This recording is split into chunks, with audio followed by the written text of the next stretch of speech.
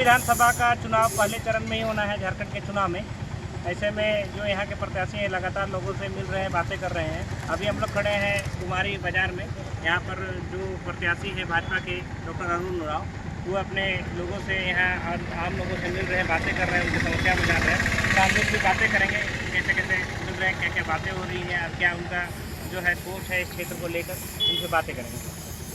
Sir, आप का काफ़ी स्वर्णिम इतिहास रहा है आपके परिवार का राजनीति में यहाँ पर, और अभी आप लोग आए भी यहाँ पर, आप खुद भी आए हैं इस बार करने के लिए, तो क्या सपना देख रहे हैं इस क्षेत्र के लिए? देखिए, ये विधानसभा वो है जहाँ मेरे पिताजी ने, स्वर्गीय पिता ने 4 बार इसका प्रतिनिधित्व किया है, मंत्री किया है। मेरे ससुर सास कार्तिक उरांव, सुमति उरांव, दोनों ने इसी विधानसभा जो उनका लोकसभा के अंदर ही आता है। तो मेरे लिए बड़ा सम्मान का विषय है, जहाँ भी जाता हूँ लोग मुझे उनके बेटे के रूप में, उनके दामाद के रूप में परिचय देते हैं। और चूँकि उनसे पहले कनेक्टेड रहे हैं तो मेरे लिए उनसे फिर संवाद करना बड़ा आसान हो जाता है। और सिसई में जो मुझे लग रहा है कि विधायक महोदय के उनकी एंटी इनकम की बहुत ज़्यादा है। उनके अपने खुद के वजह से बालू के अवैध खनन से लोग उनको जोड़ते हैं। विकास के प्रति रुचि नहीं रहने के लिए लोग उनको याद करते हैं। किसी भी इलाका में वो पहुँचे नहीं हैं, बार बार वो याद करते हैं। तो ये उनकी नाकामी है, वो उनके लिए थोड़ा सा भारी इस बार पड़ेगा। अच्छा, इस क्षेत्र में जैसे घूम लगातार घूम रहे हैं, तो क्या क्या जो मूलभूत समस्याएं देख रहे हैं लोगों के लिए? इस इलाके की सबसे बड़ी समस्या पलायन है। और हर साल गांव घर करीबन गांव में ताले लग जाते हैं। इस बार धान का फसल अच्छा हुआ है, उसके बावजूद युवा युवतियाँ निकल गए हैं बाहर काम करने के लिए। मेरी सबसे बड़ी चुनौती इस पलायन को रोकना है। मेरी समस्या अगर कृषि पे हम जोर दें और कृषि पे सिर्फ पानी की व्यवस्था उनको करा दें, किसी नहर और डैम के सहारे नहीं, बल्कि छोटे छोटे डोभा कुआं अगर बन जाए उनके लिए, तो वो सब्जी की बड़ी अच्छी खेती कर सकते हैं और उन फसलों की पैदावार बढ़ा सकते हैं जिससे उनकी आमदनी बढ़ेगी। ये पलायन को बड़े स्तर पर रखेगी। दूसरा है शिक्षा का स्तर, जिसके कारण यहाँ युवा बेरोजगार घूम रहे हैं। तो वो जो बुनियादी पढ़ाई सरकारी स्कूल में होती है, उन सरकारी स्कूल को दुरुस्त करना है। और एक जो देख रहा हूँ कि यहाँ के लड़के पुलिस, फौज, CRPF, BSF में जाने के लिए न सिर्फ फिजिकली फिट हैं बल्कि मेंटली अजाइल भी हैं। मैं चाहूँगा कि चारों प्रखंड में एक प्रशिक्षण केंद्र खोलूँ उन बच्चों के लिए, जहाँ पे उनको मैं दौड़ने की घड़ी में टाइम लेके 1 मील कितने में दौड़ रहे हैं, हाई जंप, लॉन्ग जंप और साथ समान ज्ञान की अगर उनको प्रशिक्षण दे दूँ तो वो किसी भी परीक्षा को निकालने में सफल होंगे। तो बड़ी काफ़ी लोगों को रोजगार मिलेगा। तीसरी बात स्वास्थ्य से जुड़ा, इतनी बड़ी बड़ी बिल्डिंग में गांव में जाता हूं, देख रहा हूं वहां पे गाय बैल चल रहे हो।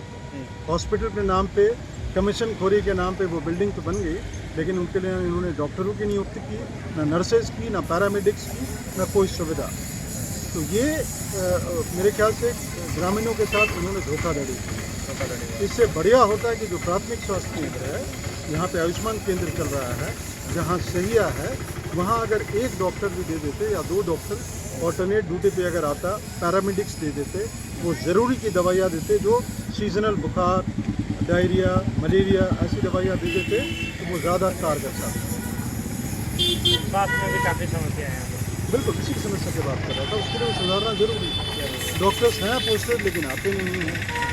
तो उस पर सरकार को सोचना पड़ेगा कि जो डॉक्टर इतनी पढ़ाई करके, इतनी बड़ी तनख्वाह लेके जिनकी पोस्टिंग की गई है, अगर वो ग्रामीण इलाके में नहीं जाना चाहते हैं, तो वहाँ हमारे को स्वास्थ्य सहिया जैसे ऐसे मेल नर्सिंग असिस्टेंट को आइडेंटिफाई करना होगा और उनको वहाँ डिप्यूट करना पड़ेगा। जैसे उद्योग धंधे के में है क्या इसको? देखिए, जहाँ तक उद्योग की बात है, बड़े उद्योग के पक्ष में नहीं है, क्योंकि फिर वो ज़मीन जाएगी, रैयतों की ज़मीन जाएगी, विस्थापन होगा, वो एक अलग पलायन का रास्ता खोलेगा।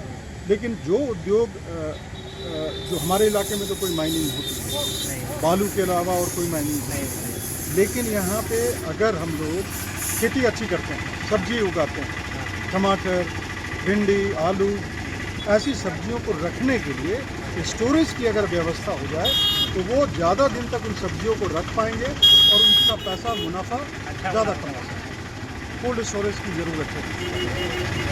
अभी की वर्तमान सरकार पे आप क्या कहना चाहेंगे? जो भ्रष्टाचार का की जो गंगा बह रही है ऊपर से नीचे, वो ये शीशे में भी दिखने को मिल रहा है। जैसे संथाल परगना में हमने देखा उनके विधायक प्रतिनिधि पंकज मिश्रा जी पत्थर व्यवसाय से जुड़े हैं और मालगाड़ी से बांग्लादेश पत्थर भेज रहे हैं। उसी तरह से उन्हीं की पार्टी का एक विधायक जो मौजूदा विधायक हैं शीशे के, उनको लोग यहाँ कहते हैं कि ये बालू के व्यवसाय के बिदास बादशाह, उनके परमिशन के बगैर एक छटाक बालू कोई निकाल नहीं सकता है। किसी को घर बनाने के लिए बालू नहीं मिल रहा है और ऊंचे दाम पे सोने की कीमत हो गई है बालू की। तो ये तो एक बड़ा धब्बा उनके ऊपर लगा हुआ है, उनको उतारना बड़ा मुश्किल होगा। और चूंकि उनका सारा फोकस बालू के व्यवसाय की तरफ है, विकास की तरफ कोई रुचि नहीं है और आम जनता उससे प्रभावित है। इस क्षेत्र में क्या रोड मैप रहेगा, आप अगर यहाँ विधायक बन रहे हैं तो क्या? 3 बात जो मैंने कहा कि पलायन को रोकने के लिए खेती बाड़ी पे जोर, उनके लिए सिंचाई की व्यवस्था डूबाव या कुएं के माध्यम से। दूसरी बात, युवाओं को रोजगार दिलाने के लिए चारों मंडल में प्रशिक्षण केंद्र खोलूँगा, जिसमें रिटायर्ड फौजी, रिटायर्ड पुलिस अफसर उनको ट्रेन करेंगे और बच्चे क्वालिफाई कर पाएंगे। और तीसरी बात स्वास्थ्य की, जो मैं कर चुका हूँ। रोजगार पे बिल्कुल। ये बताइए, आप आए हैं अरुण और आगे डॉक्टर मोहन जी यहाँ आए हैं, कैसा लग रहा है आप लोगों को? क्या बहुत अच्छा है, जनता बदलाव चाहती है। पिछले बार की भ्रष्ट सरकार से जनता, एक छोटे से छोटे तबके के आदमी त्रस्त हो चुके हैं। सिर्फ झूठ की बुनियाद पर वो सरकार चल रही थी, बालू की डकैती। ये सरकार डायरेक्ट बोलते हैं विधायक के कुछ लोग कि 2-3 बार चुनाव हार चुका था, अभी वसूल नहीं करेगा तो कब करेगा। ये हालत थी विधायक का। तो सीधी सी बात बीच में आए हुए हैं और इससे भी बदलाव होगी और बहुत अच्छा बदलाव होगा। क्या लगता है इस बार के चुनाव में क्या होगा? इस बार के चुनाव में निश्चित ही बीजेपी की बढ़त आएगी, क्योंकि यहाँ जनता तरफ से 5 साल जिस तरह से यहाँ पे जनता झेला हुआ है, तो यहाँ ना कोई किसी प्रकार का विकास हुआ है। यहाँ सिर्फ भ्रष्टाचार चरम पे है। आप जाइए यहाँ पे छोटा सा आप ये ज़मीन संबंधित की कागजात ऑनलाइन कराइए या फिर दाखिल खारिज करवाइए या फिर कोई मुटेशन कराइए, यहाँ पे बिना पैसा का कुछ काम नहीं हो रहा है। बालू का लोड यहाँ पे फिर ये कोई ट्रैक्टर लेके चला रहा है तो उसको भी पकड़ के पैसा वैसा लिया जा रहा है। ये हमने देखा है डॉक्टर अरुण यहाँ लोगों से मिल रहे हैं, बस ये कुमारी बाजार यहाँ आए हुए हैं, कर रहे हैं। स्वभाव से मृदुभाषी, ये पहले IPS ऑफिसर रह चुके हैं, पढ़े लिखे व्यक्ति हैं और लोग भी इनसे उम्मीद कर रहे हैं कि अगर ये आते हैं तो काफ़ी अच्छा काम होगा और जोर तौर पे अपने प्रचार प्रसार में लगे हुए। गुमला से अमित राज।